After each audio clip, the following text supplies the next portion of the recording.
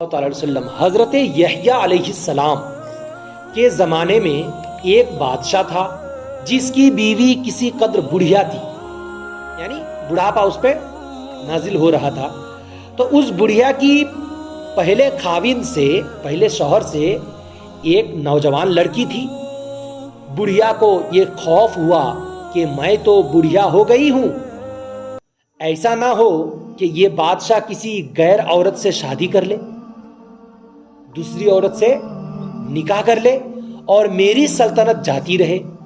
اس لیے یہ بہتر ہے کہ اپنی جوان لڑکی سے اس کا عقد کر دوں.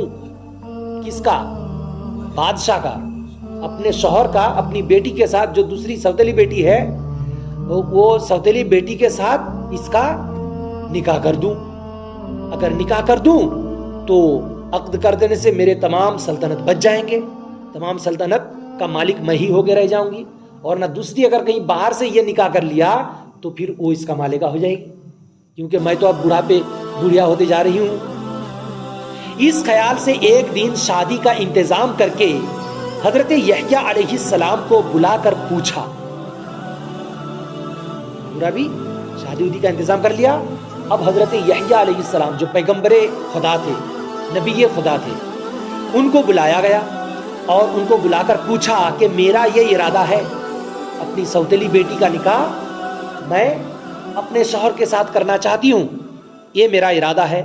حضرت یحییٰ علیہ السلام نے فرمایا کہ یہ نکاح حرام حرام حرام ہے، یہ نکاح ہرگز جائز نہیں ہے. یہ فرما کر آپ وہاں سے تشریف لے آئے. حضرت یحییٰ علیہ السلام نے جو کہا یہ خدا کا حکم تھا، یحییٰ علیہ السلام نے بیان فرما دیا. لیکن جو رنڈی عورت ہوتی ہے، فاحشہ عورت ہوتی ہے، بیشیا عورت ہوتی ہے، یا کیا کہتے ہیں اور بھی سب کیا کیا گندی گندی باتیں، جو عورتیں جو خراب عورت ہوتی ہیں، خراب لت والی، وہ اپنے تیور میں آئی اور وہ بڑھیا اپنے تیور میں آنے کا حضرت یحییٰ علیہ السلام تو وہاں سے چلے گئے. اس بد خیال دنیا دار اور بڑھیا کو بہت غصہ آ گیا، کیونکہ اس کا خیال تو برا تھا ہی، بد خیال تھا، دنیا دار تھی یہ، اس کو دینداری سے کوئی بھی مطلب نہیں تھا. تو اس کو بہت غصہ آیا اور آپ کی دشمن بن گئی. حضرت یحییٰ علیہ السلام کی جان کی دشمن بن گئی، اور دشمن بننے کے بعد رات دن آپ کے قتل کرنے کا فکر کرتی تھی. یہ سبحان اللہ کہنے کی جگہ نہیں ہے.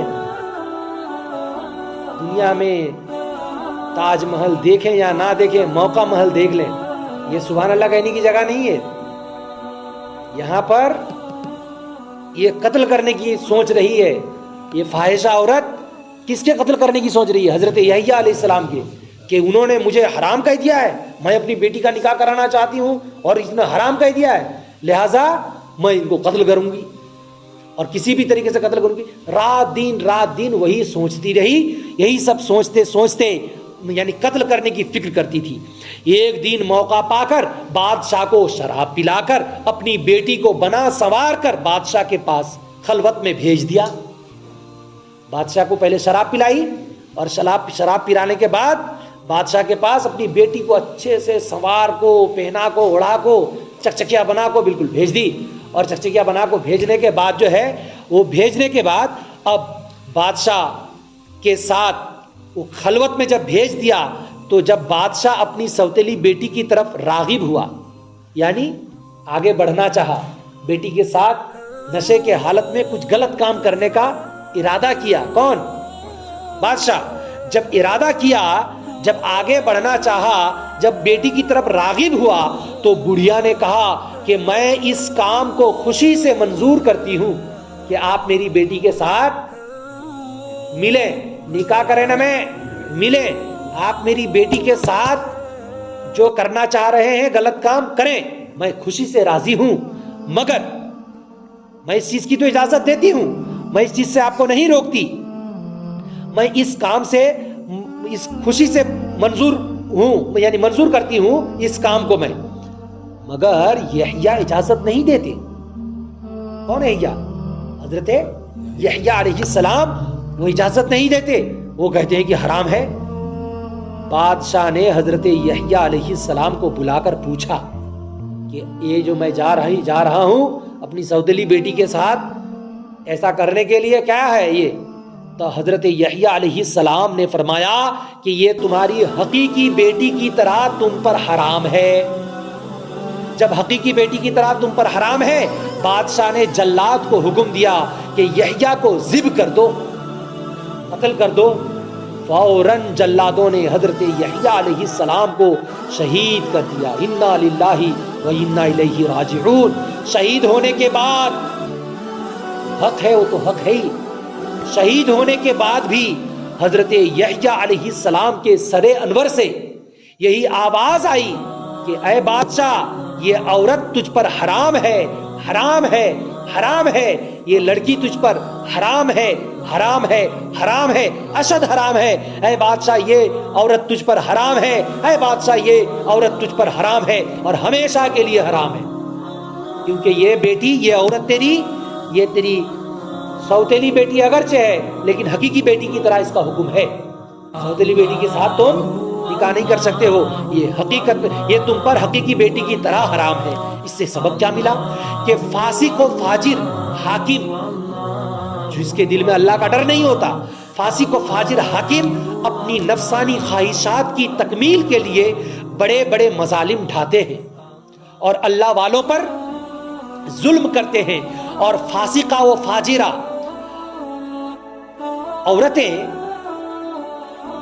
یعنی جو لوگ بیہودہ عورتیں ہوتی ہیں، جو لوگ فاحشہ عورتیں ہوتی ہیں، ان لوگوں کو خوش کرنے کے لیے، ان لوگوں کو خوش کرنے کی خاطر اللہ کے پیارے بندوں کے ساتھ، اللہ کے پیاروں کے ساتھ دشمنی مول لیتے ہیں اور ان کے جان کے دشمن بن جاتے ہیں۔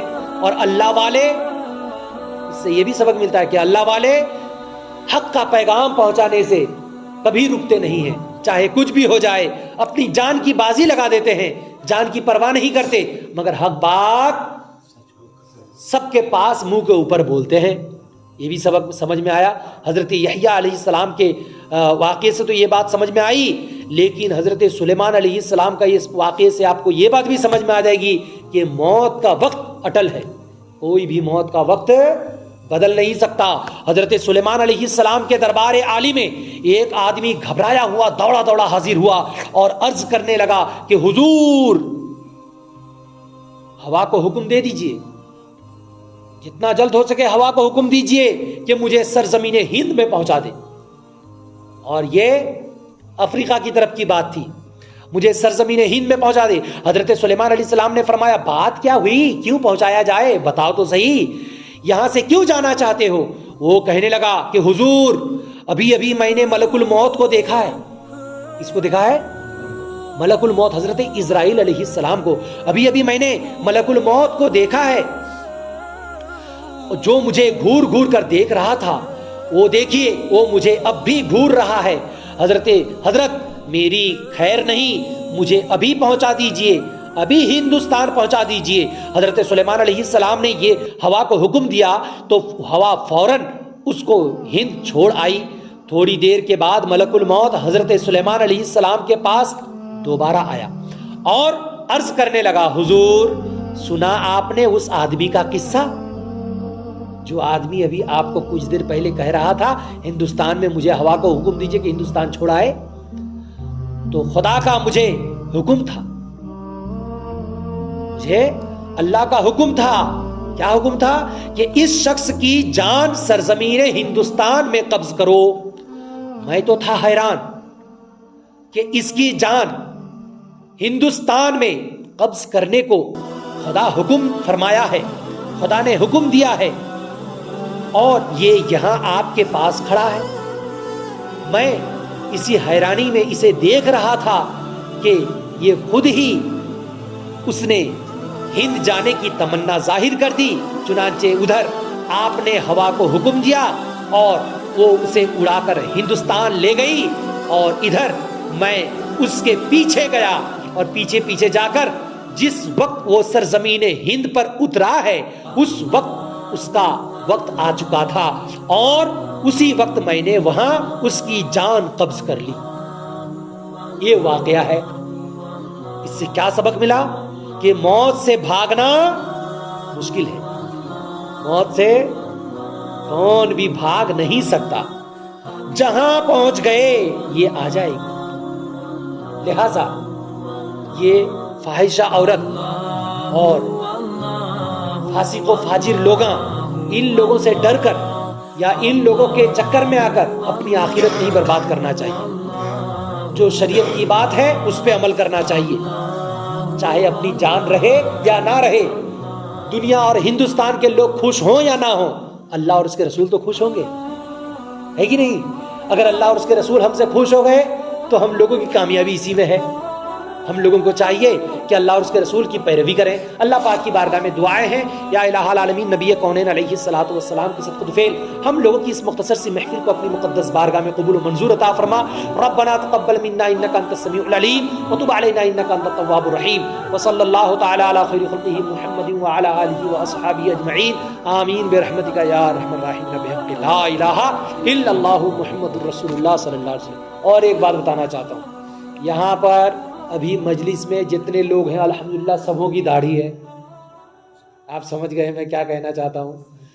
تو اور آپ لوگوں سے بھی میں کہتا ہوں، داڑھی کو بڑھانے کا کتاب میں حکم ہے کہ نہیں؟ داڑھی کو بڑھانے کا حکم ہے، داڑھی رکھنے کا حکم ہے، داڑھی کو بڑھانے کا حکم ہے۔ لہٰذا یہ پیغام پہنچانا میرا کام ہے۔ داڑھی رکھ لینے سے حضور خوش ہوتے ہے کہ نہیں؟ تمام نبیوں کی سنت ہے داڑھی رکھنا، اور داڑھی رکھنے سے رسول پاک صلی اللہ علیہ وسلم کی بھی سنت ادا ہوگی اور چہرے پہ نور بھی ہوتا، اور ساتھ ہی ساتھ یہ اس مسلمانوں کی پہچان بھی ہے اور مردوں کی شان ہے۔ یہ سب سے بڑی بات، عورتوں کو نہیں آتی داڑھی، ہے کہ نہیں؟ تو اگر چاہیں، میرا کام ہے پیغام پہنچانا، کسی کو زبردستی نہیں کرنا، کیونکہ پیغام پہنچانا میں اس لیے پہنچا رہا ہوں کہ مجھے بھی تو نیکی کی ضرورت ہے نا، میں پیغام پہنچا رہا ہوں تو مجھے بھی نیکی ملتی۔